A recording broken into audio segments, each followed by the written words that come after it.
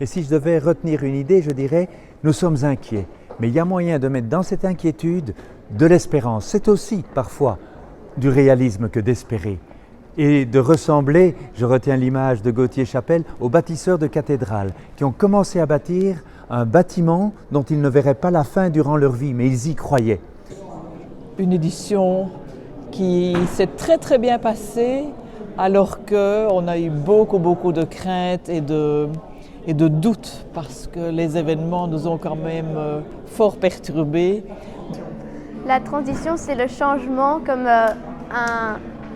une chenille qui devient un papillon, ou c'est grandir en foi, ou tu veux changer le monde différemment.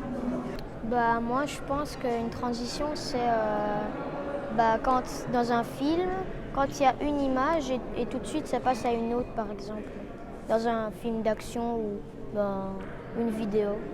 Justement que Rive Espérance porte bien son nom, parce que grâce à la rencontre qu'on vient d'avoir cet après-midi avec Adélaïde Charlier et Lucie, on a pu repartir avec plus d'espérance, parce que le matin on s'était arrêté sur la fresque du climat avec des choses un peu plus négatives, avec les conséquences de la montée des températures, et là l'après-midi nous a permis de partir avec plus d'idées, plus d'espérance pour l'avenir.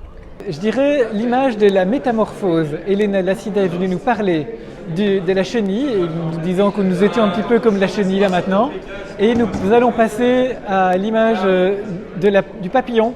Le papillon qui se métamorphose, plutôt que d'une transition où on fait des petits pas, elle dit on peut vraiment changer radicalement. Beaucoup de belles rencontres, des échanges et puis beaucoup d'intérêt pour tout le monde, tous les visiteurs, pour la transition. Je pense que c'est vraiment un thème transversal qui touche tout le monde, toutes les classes d'âge. Quand on lui a demandé pourquoi avez-vous aussi des enfants alors qu'on dit que la démographie est beaucoup trop importante, etc. Et il avait dit oui, mais c'était un élan de vie.